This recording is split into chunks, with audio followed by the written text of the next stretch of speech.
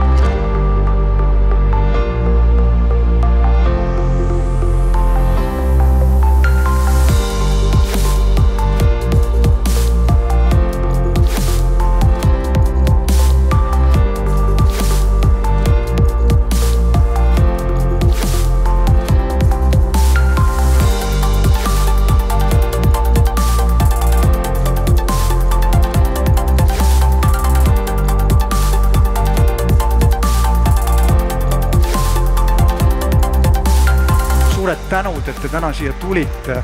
Usaldus ja vabadus on midagi sellist, mis ei teki iseenesest. Seda me peame ise looma nii ühiskonnas kui ka ettevõttes, et me tegelikult oleksime edukad kogu tehnoloogia arengus.